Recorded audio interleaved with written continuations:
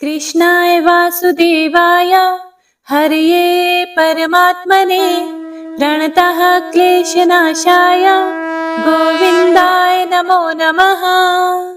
हरे कृष्णा। ओम नमः शिवाय। संगीता धर्म सागर चैनल परिवार में आप सभी भक्तों का दिल से स्वागत है। आप सभी का दिन शुभ और मंगलमय हो। हे प्रिय भक्तों, पद्म पुराण में वैशाख मास के महात्म्य का वर्णन करते हुए बताया गया है कि पूजा करने से भी भगवान श्री हरि को उतनी प्रसन्नता नहीं होती जितना कि वैशाख महीने में स्नान मात्र से भगवान प्रसन्न हो जाते हैं। इसीलिए सभी पापों से मुक्ति और भगवान वासुदेव को प्रसन्न करने के लिए, उनकी प्रीति प्रेम पाने के लिए प्रयत्न पूर्वक मनुष्य को वैशाख स्नान अवश्य ही करना चाहिए। यदि आपने इससे पहले के अध्याय को नहीं सुना है तो कृपया करके उसे भी अवश्य सुन लीजिएगा और पुण्य फल के भागीदार बनिएगा। हे प्रिय भक्तों, आज हम श्रवण करेंगे वैशाख मास महात्म्य अध्याय 11 का। तो आइए सबसे पहले सुनते हैं वैशाख मास की पुण्य फल देने वाली कथा। बहुत समय पहले की बात है। एक गांव में एक सेठ सेठानी रहते थे। सेठ बहुत पैसे वाला था। पूरे गांव में उनकी बहुत इज्जत थी। लेकिन सेठ सेठानी को औलाद का सुख नहीं था। शादी के 30 साल बीत चुके थे। उनके पास धन की तो कोई कमी नहीं थी, लेकिन उस धन का कोई उत्तराधिकारी नहीं था। एक बार सेठानी ने सोचा कि हमारे पास इतनी धन दौलत है, लेकिन कोई उत्तराधिकारी तो है नहीं। हमारे मरने के बाद यह सारा धन यूं ही बेकार हो जाएगा। यह धन हमारे किसी काम नहीं आएगा। एक दिन सेठानी ने सेठ जी से कहा कि आप एक गाय ले आइए। मैं गाय की सेवा करूंगी ताकि हमारा अगला जन्म सुधर जाए। पूरा समय घर में मैं अकेली रहती हूँ, मेरा मन भी नहीं लगता। सेठ जी ने हामी भर दी, लेकिन कई दिन ऐसे ही निकल गए। सेठ जी गाय लेकर नहीं आए। एक दिन सेठानी गांव के सुनार के पास गई और एक चांदी की गाय बनवाई और साथ ही गाय के लिए सोने के जेवर भी बनवाए। पांव में पायल, गले में कंठी, गले का हार बनवाया। गाय के लिए कपड़े भी सिलवाए। अब सेठानी प्रतिदिन गाय की पूजा पाठ करने लगी। प्रतिदिन गाय की पूजा करती, कहानी कहती, हलवा पूरी बनाती, भोग लगाती, फिर उस भोजन को घर के बाहर आने जाने वाली गायों को खिला देती। अब सेठानी का सारा समय बहुत अच्छे से गुजरने लगा। उनका मन भी अच्छा रहता। गाय का पूजा पाठ करते करते 1 साल बीत गया। एक दिन सेठानी ने सेठ जी से कहा कि मुझे गाय माता का उद्यापन करना है। आप किसी योग्य ब्राह्मण को खाना खाने के लिए न्योता देकर आइए। अब सेठ जी गांव के ही एक पंडित जी के पास गए और बोले कि हे पंडित जी, कल आप मेरे घर खाना खाने के लिए आना और मेरी पत्नी गाय का उद्यापन करेगी। पंडित जी ने उस समय तो हामी भर दी। बाद में पंडित जी के मन में ख्याल आया कि गाय के उद्यापन में तो मुझे गाय भी मिलेगी, पर मैं उसकी देखभाल कैसे करूंगा? मेरे पास तो खुद रहने के लिए एक छोटी सी झोंपड़ी है। मैं अपने बच्चों को ढंग से खाना भी नहीं खिला पाता। मैं गाय को कहां से खिलाऊंगा? मन ही मन पंडित जी ने सोच लिया कि मैं सेठ के यहाँ खाना खाने नहीं जाऊंगा। और उधर सेठानी ने गाय के उद्यापन के लिए 2 तांबे के बड़े बड़े ड्रम खरीदे। एक में पानी भरा, एक में सूखा गेहूं का दलिया भरा। एक बोरी गुड़ खरीदा ताकि वह गाय के नाम से पंडित जी को दान में दे दे। फिर पंडित जी के लिए कई तरह के खाने के व्यंजन बनाए। सुबह से दोपहर हो गई, लेकिन पंडित जी खाना खाने के लिए नहीं आए। तब सेठानी ने सेठ जी से पूछा कि आपने पंडित जी को खाने के लिए न्योता दिया था या नहीं? सुबह से दोपहर हो गई, पंडित जी तो अभी तक नहीं आए। बताओ क्या वजह हो सकती है? सेठ जी ने कहा, बहुत अच्छे से बोलकर आया था। फिर सेठ जी ने तुरंत ही अपने नौकर को पंडित जी के घर भेजा।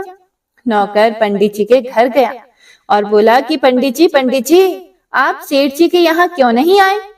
क्यों अपना नुकसान कर रहे हो? हमारी सेठानी ने तो आपको देने के लिए चांदी की गाय बनवाई है और साथ ही बहुत सा धन इकट्ठा कर रखा है। बस अब यह सुनते ही पंडित जी का मन तो बहुत खुश हो गया।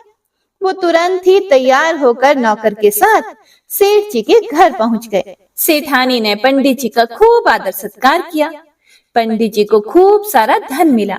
पंडित जी बहुत खुश हुए। पंडित जी ने सेठानी को बहुत आशीर्वाद दिया। कुछ समय के बाद एक दिन सेठ सेठानी की मृत्यु हो गई। रास्ते में वैतरणी नदी आई। सेठानी ने आंखें बंद करके गाय माता का ध्यान किया। उसी समय उनके सामने गाय आ गई। सेठानी ने सेठ जी से कहा कि आप गाय माता की पूंछ पकड़ लीजिए और वैतरणी नदी पार कर लीजिए। दोनों सेठ सेठानी ने गौ माता की पूंछ पकड़ ली और दोनों बड़े आराम से वैतरणी नदी को पार कर गए। हे प्रिय भक्तों, नदी पार करने के बाद सेठ जी ने अपनी पत्नी से कहा कि अरे सेठानी, यह क्या चमत्कार हुआ? तुमने कब गाय दान की? तब सेठानी ने सेठ जी को पूरी बात बताई कि हमारे धन का कोई उत्तराधिकारी तो था नहीं, इसीलिए मैंने चांदी की बढ़िया गाय बनवाकर पूरे साल उसकी पूजा करके गाय का उद्यापन में यह चांदी की गाय बहुत सा धन दौलत दिया। यह उसी का फल है। आज हमने वैतरणी नदी बड़ी ही आराम से पार कर ली है। हे प्रिय भक्तों, जो भी मनुष्य अपने जीवन काल में ऐसा करता है, मरने पर उसे यम मार्ग के दुख नहीं देखने पड़ते। हे गौ माता, हे यमराज, इस कहानी का फल सबको मिले। कहानी कहने वाले को, सुनने वाले को और हुंकारा भरने वाले सबको मिले। तो सभी भक्तजन एक बार प्रेम से बोलिए, गौ माता की जय। वैशाख मास के ठाकुर जी की जय। हरे कृष्णा। तो आइए मन में गौरी पुत्र गणेश और अपने कुलिष्ट देवी देवताओं का ध्यान करते हुए वैशाख मास महात्म्य का रसपान करते हैं। पिछले अध्याय में हमने ब्राह्मण और धर्मराज का संवाद सुना था, जिसमें धर्मराज ब्राह्मण को राजा महिरथ की कथा सुना रहे थे। तो आइए अब सुनते हैं इससे आगे का वृतांत। गुरु कश्यप जी द्वारा राजा महिरथ को उपदेश देने पर राजा महिरथ बहुत दुखी हुए और अपने कर्मों पर ग्लानि करने लगा। फिर गुरु कश्यप की आज्ञा अनुसार पूरे भक्ति भाव से वैशाख मास का स्नान, दान आदि का नियम शास्त्रीय विधि अनुसार पूरा किया। इसके बाद यमराज बोले, हे ब्राह्मण, एक समय राजा के ऊपर काल की दृष्टि पड़ी। अधिक मात्रा में रति का सेवन करने से उन्हें श्रेय का रोग हो गया था, जिससे उनका शरीर अत्यंत दुर्बल हो गया। अंतोतगत्वा उनकी मृत्यु हो गई। उस समय मेरे तथा भगवान विष्णु के दूत भी उन्हें लेने पहुंचे। विष्णु दूतों ने ये राजा धर्मात्मा हैं ऐसा कहकर मेरे सेवकों को डांटा और स्वयं राजा को विमान पर बिठाकर वे वैकुंठ लोक में ले गए। हे ब्राह्मण, वैशाख मास में प्रातः काल स्नान करने से राजा का सारा पातक नष्ट हो चुका था। भगवान विष्णु के दूत बड़े ही चतुर होते हैं। वे भगवान की आज्ञा के अनुसार राजा महिरथ को नर्क मार्ग के निकट से ले चले। जाते जाते राजा ने नर्क में पकाए जाने के कारण घोर चित्कार करने वाले नारकीय जीवों का आर्तनाद सुना। कड़ाह में डालकर औंटाए जाने वाले पापियों का क्रंदन बड़ा भयंकर था। सुनकर राजा को बड़ा ही विस्मय हुआ। वे अत्यंत दुखी होकर दूतों से बोले, जीवों के कराहने की यह भयंकर आवाज क्यों सुनाई दे रही है? इसमें क्या कारण है? आप लोग सब बातें बताने की कृपा कीजिए। विष्णु दूत बोले, जिन प्राणियों ने धर्म की मर्यादा का परित्याग किया है, जो पापाचारी एवं पुण्यहीन हैं, वे तामिस्त्र आदि भयंकर नरकों में डाले गए हैं। पापी मनुष्य प्राण त्याग देने के बाद यमलोक के मार्ग में आकर भयानक दुख भोगते हैं। यमराज के भयंकर दूत उन्हें इधर उधर घसीटते हैं और वे अंधकार में गिर पड़ते हैं। उन्हें आग में जलाया जाता है। उनके शरीर में कांटे चुभाए जाते हैं। उनको आरी से चीरा जाता है तथा वे भूख प्यास से पीड़ित रहते हैं। पीप और रक्त की दुर्गंध के कारण उन्हें बार बार मूर्छा आ जाती है। कहीं वे खौलते हुए तेल में औटाए जाते हैं और कहीं उन पर मूसलों की मार पड़ती है और कहीं तपाए हुए लोहे की शिलाओं पर डालकर उन्हें पकाया जाता है। कहीं वमन, कहीं पीप और कहीं रक्त उन्हें खाने को मिलता है। मुर्दों की दुर्गंध से भरे हुए करोड़ों नरक हैं, जहाँ शरपत्र वन है, शिलापात के स्थान हैं, अर्थात जहाँ पापी शिलाओं पर पटके जाते हैं, और वहाँ की समतल भूमि भी आग से तपी हुई होती है। इसके सिवा गरम लोहे के, खौलते हुए तेल के, मैदा के, तपे हुए स्तंभ के तथा कूट शालमली नाम के भी नरक हैं। छुरे, कांटे, कील और उग्र ज्वाला के कारण क्षोभ एवं भय उत्पन्न करने वाले बहुत से नरक हैं। कहीं तपी हुई वैतरणी नदी है, तो कहीं पर पीप से भरे हुए अनेकों कुंड हैं। इन सब में अलग अलग पापियों को डाला जाता है। कुछ नरक ऐसे भी हैं जो जंगल के रूप में हैं। वहां के पत्ते तलवार की धार के समान तीखे हैं।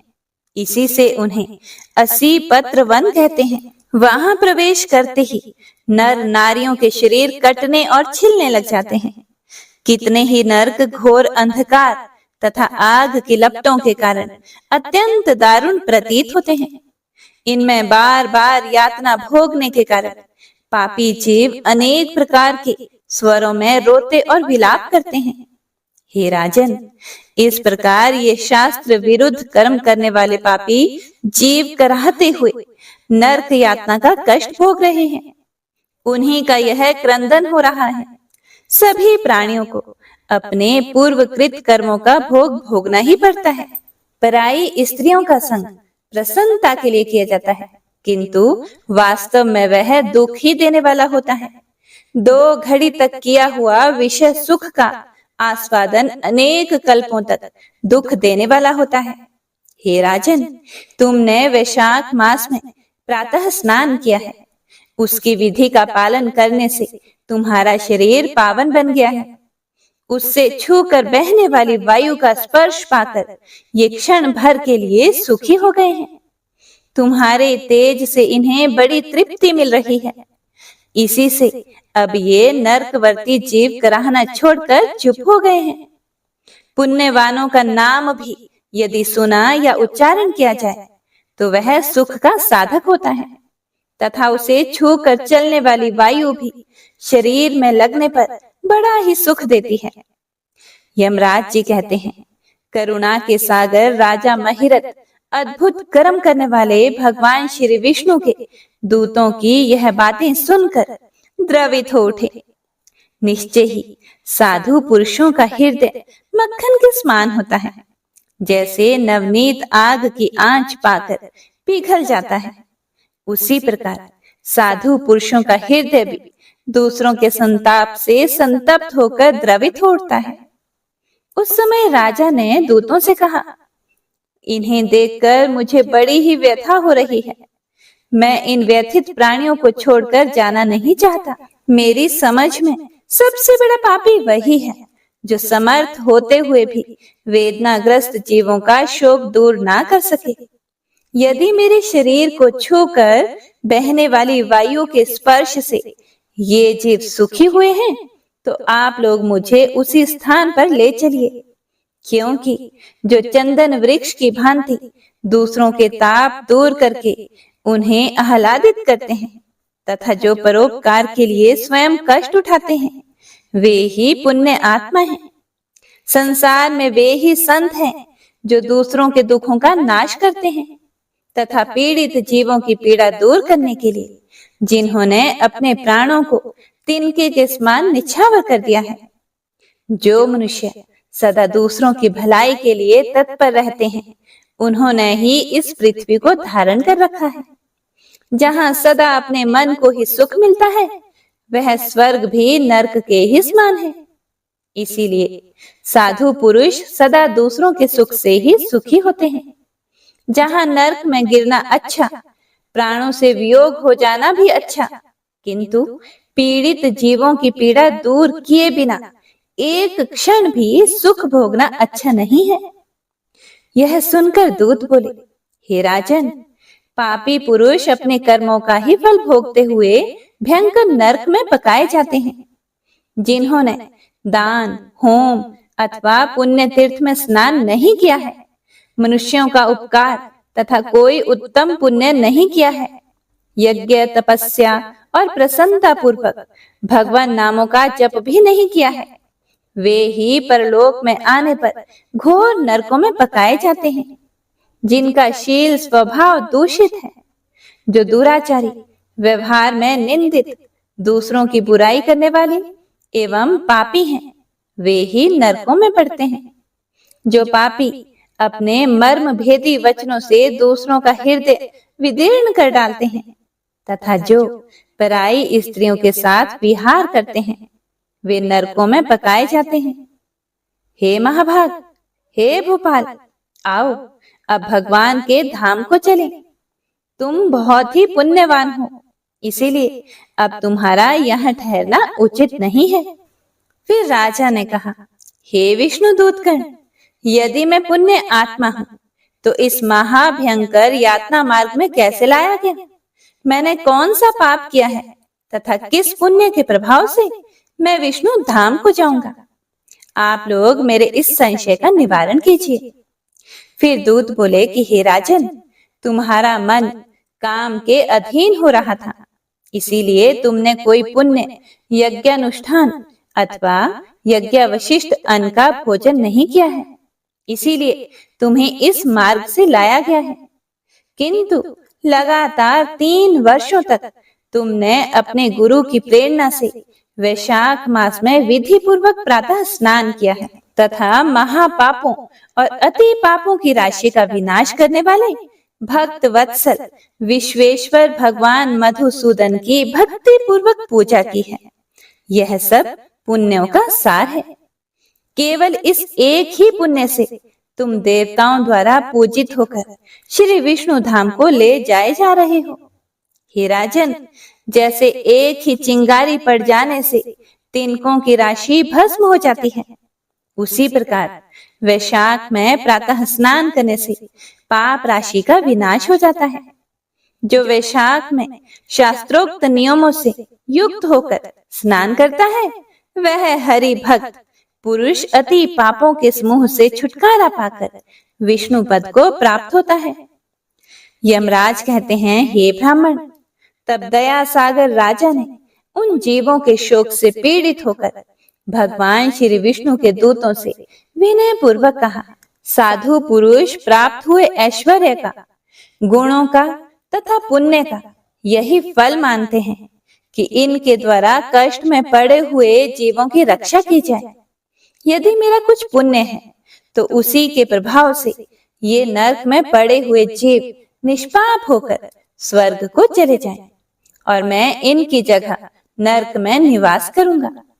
राजा के ऐसे वचन सुनकर श्री विष्णु के मनोहर दूत उनके सत्य और उदारता पर विचार करते हुए इस प्रकार बोले, हे राजन, इस दया रूप धर्म के अनुष्ठान से तुम्हारे संचित धर्म की विशेष वृद्धि हुई है। तुमने वैशाख मास में जो स्नान, दान, जप, होम, तप तथा देव पूजन आदि कर्म किए हैं, वे अक्षय फल देने वाले हो गए हैं। जो वैशाख मास में स्नान दान करके भगवान का पूजन करता है, वह सब कामनाओं को प्राप्त होकर श्री विष्णु धाम को जाता है। एक और तप, दान और यज्ञ आदि की शुभ क्रियाएं और एक और विधि पूर्वक आचरण में लाया हुआ वैशाख मास का व्रत हो तो यह वैशाख मास ही महान है। हे राजन, वैशाख मास के एक दिन का भी जो पुण्य है, वह तुम्हारे लिए सब दानों से बढ़कर है। दया के समान धर्म, दया के समान तप, दया के समान दान और दया के समान कोई मित्र नहीं है। पुण्य का दान करने वाला मनुष्य सदा लाख गुना पुण्य प्राप्त करता है। विशेषतः तुम्हारी दया के कारण धर्म की अधिक वृद्धि हुई है। जो मनुष्य दुखित प्राणियों का दुख से उद्धार करता है, वही संसार में पुण्य आत्मा है। उसे भगवान नारायण के अंश से उत्पन्न समझना चाहिए। हे वीर, वैशाख मास की पूर्णिमा को तीर्थ में जाकर जो तुमने सब पापों का नाश करने वाला स्नान दान आदि पुण्य किया है, उसे विधिवत भगवान श्री हरि को साक्षी बनाकर 3 बार प्रतिज्ञा करके इन पापियों के लिए दान कर दो, जिससे ये नरक से निकलकर स्वर्ग को चले जाएं। हमारा तो ऐसा विश्वास है कि पीड़ित जंतुओं को शांति प्रदान करने से जो आनंद मिलता है, उसे मनुष्य स्वर्ग और मोक्ष में भी नहीं पा सकता। हे सौम्य, तुम्हारी बुद्धि दया एवं दान में दृढ़ है। इसे देखकर हम लोगों को भी उत्साह होता है। हे राजन, यदि तुम्हें अच्छा जान पड़े तो अब बिना विलंब किए इन्हें वह पुण्य प्रदान करो जो नरक यातना के दुख को दग्ध करने वाला है। विष्णु दूतों के ऐसा कहने पर दयालु राजा महिरथ ने भगवान गदाधर को साक्षी बनाकर 3 बार प्रतिज्ञा पूर्वक संकल्प करके उन पापियों के लिए अपना पुण्य अर्पण कर दिया। वैशाख मास के 1 दिन के ही पुण्य का दान करने पर वे सभी जीव यम यातना के दुख से मुक्त हो गए। फिर अत्यंत हर्ष में भरकर वे श्रेष्ठ विमान पर आरूढ़ हुए और राजा की प्रशंसा करते हुए उन्हें प्रणाम करके स्वर्ग को चले गए। इस दान से राजा को विशेष पुण्य की प्राप्ति हुई। मुनियों और देवताओं का समुदाय उनकी स्तुति करने लगा तथा वे जगदीश्वर श्री विष्णु के पार्षदों द्वारा अभिवंदित होकर उस परम पद को प्राप्त हुए जो बड़े बड़े योगियों के लिए भी दुर्लभ है। हे द्विज श्रेष्ठ, यह वैशाख मास और पूर्णिमा का कुछ महात्म्य यहाँ थोड़े में बतलाया गया है। यह धन, यश, आयु तथा परम कल्याण प्रदान करने वाला है। इतना ही नहीं, इससे स्वर्ग तथा लक्ष्मी की भी प्राप्ति होती है। यह प्रशंसनीय महात्म्य अंतःकरण को शुद्ध करने वाला और पापों को धो डालने वाला है। माधव मास का यह महात्म्य भगवान माधव को अत्यंत प्रिय है। राजा महिरथ का चरित्र और हम दोनों का मनोरम संवाद सुनने, पढ़ने तथा विधि पूर्वक अनुमोदन करने से मनुष्य को भगवान की भक्ति प्राप्त होती है, जिससे समस्त क्लेशों का नाश हो जाता है। सूत जी कहते हैं, धर्मराज की यह बात सुनकर वह ब्राह्मण उन्हें प्रणाम करके चला गया। उसने भूतल पर प्रति वर्ष स्वयं तो विशाख स्नान की विधि का पालन किया ही, दूसरों से भी करवाया। यह ब्राह्मण और यम का संवाद मैंने आप लोगों से वैशाख मास के पुण्यमय स्नान के प्रसंग में सुनाया है। जो एक चित्त होकर वैशाख मास के महात्म्य का श्रवण करता है, वह सब पापों से मुक्त होकर श्री विष्णु के परम पद को प्राप्त होता है। तो इस प्रकार आज का यह अध्याय यहीं समाप्त होता है। तो आइए अब सुनते हैं सभी पापों का नाश करने वाला पाप प्रशमन स्तोत्र। पाप नाशक स्तोत्र के बारे में महात्मा पुष्कर कहते हैं कि मनुष्य चित्त की मलिनतावश चोरी, हत्या, पर स्त्री गमन आदि विभिन्न पाप करता है, पर जब मन कुछ शुद्ध होता है तब उसे इन पापों से मुक्ति की इच्छा होती है। उस समय भगवान नारायण की दिव्य स्तुति करने से समस्त पापों का प्रायश्चित पूर्ण होता है। इसीलिए इस दिव्य स्तोत्र का नाम समस्त पाप नाशक स्तोत्र है। तो आइए पूरे प्रसन्नचित मन से इसे श्रवण करते हैं। पुष्कर जी बोले, सर्वव्यापी विष्णु को सदा नमस्कार है। श्री हरि विष्णु को नमस्कार है। मैं अपने चित्त में स्थित सर्वव्यापी अहंकार शून्य श्री हरि को नमस्कार करता हूँ। मैं अपने मानस में विराजमान अव्यक्त, अनंत और अपराजित परमेश्वर को नमस्कार करता हूँ। सबके पूजनीय, जन्म और मरण से रहित प्रभावशाली श्री विष्णु को नमस्कार है। विष्णु मेरे चित्त में निवास करते हैं। विष्णु मेरी बुद्धि में विराजमान है। विष्णु मेरे अहंकार में प्रतिष्ठित हैं और विष्णु मुझ में भी स्थित हैं। वे श्री विष्णु ही चराचर प्राणियों के कर्मों के रूप में स्थित हैं। उनके चिंतन से मेरे पाप का विनाश हो। जो ध्यान करने पर पापों का हरण करते हैं और भावना करने से स्वप्न में दर्शन देते हैं। इंद्र के अनुज शरणागत जनों का दुख दूर करने वाले उन पापापहारी श्री विष्णु को मैं नमस्कार करता हूँ। मैं इस निराधार जगत में अज्ञान के अंधकार में डूबते हुए को हाथ का सहारा देने वाले परात्पर स्वरूप श्री विष्णु के सम्मुख नतमस्तक होता हूँ। सर्वेश्वर प्रभो, कमल नयन परमात्मन, ऋषिकेश, आपको नमस्कार है। इंद्रियों के स्वामी श्री विष्णु, आपको नमस्कार है।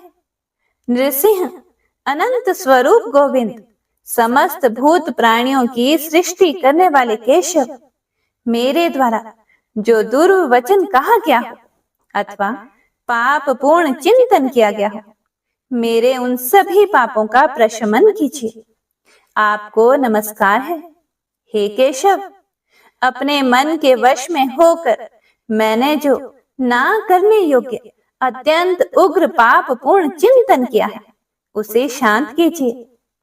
परमार्थ परायण, ब्राह्मण प्रिय गोविंद, अपनी मर्यादा से कभी च्युत न होने वाले जगन्नाथ, जगत का भरण पोषण करने वाले देवेश्वर, मेरे पाप का विनाश कीजिए।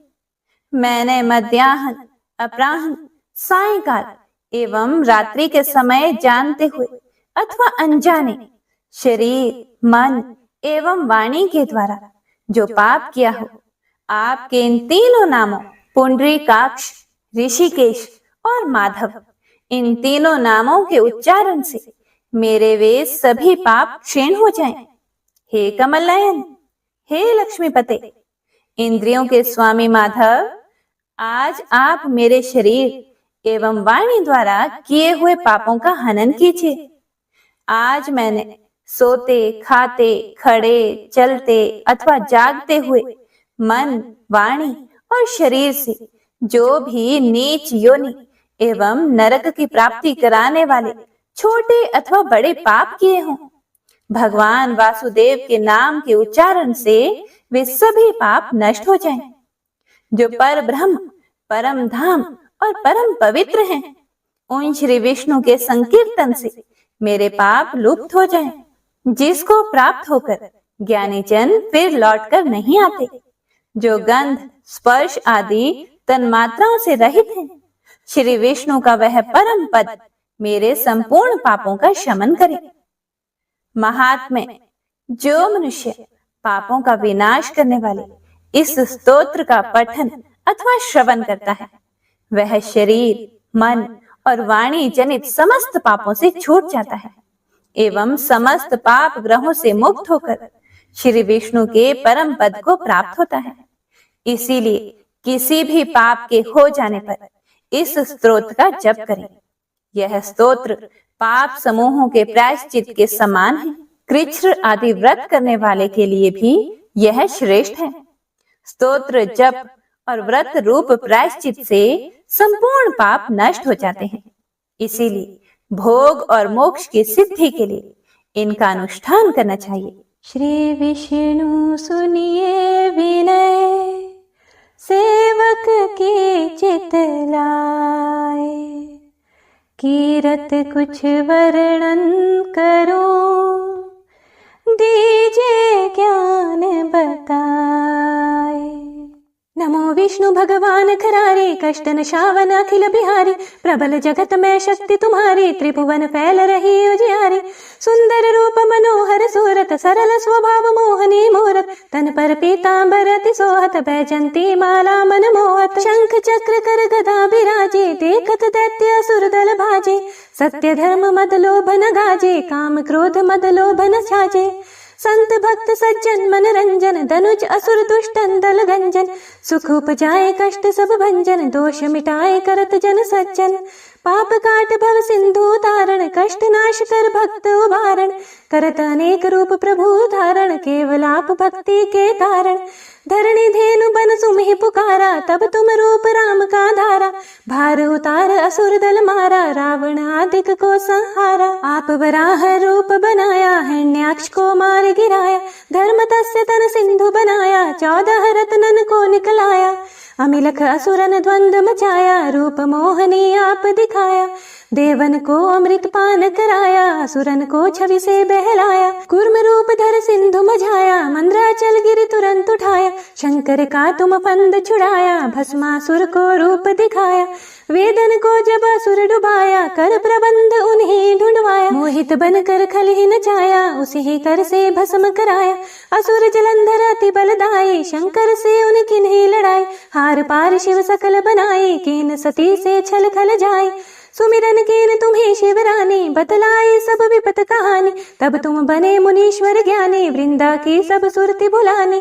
देखत तीन धनुष शैतानी, वृंदा आए तुम्हें लपटानी। हो स्पर्श धर्म क्षति मानी, हनासुर उर शिव शैतानी। तुमने ध्रुव प्रहलाद उबारे, हिन्ना कुशाधिक खल मारे। गणिका और अजामिल तारे, बहुत भक्त भव सिंधु उतारे। हरहु सकल संताप हमारे, कृपा करहूँ हरि सिरजनहारे। देखूँ मैं निज दर्श तुम्हारे, दीन बंधु भक्तन हितकारे। चाहता आपका सेवक दर्शन, करहूँ दया अपनी मधुसूदन। जानो नहीं योग्य जप पूजन, होए यज्ञ स्तुति अनुमोदन। शील दया संतोष सुलक्षण, विदित नहीं व्रत बोध विलक्षण। करहूँ आपका किस विधि पूजन, कुमति विलोक होत दुख भीषण। करहूँ प्रणाम कौन विधि सुमिरन, कौन भांति मैं करहूँ समरण। सुर मुनि करत सदा सेवकाई, हर्षित रहत परम गति पाए। दीन दुखीन पर सदा सहाय, निज जन जान लेवा अपनाए। पाप दोष संताप नशाओ, भव बंधन से मुक्त कराओ।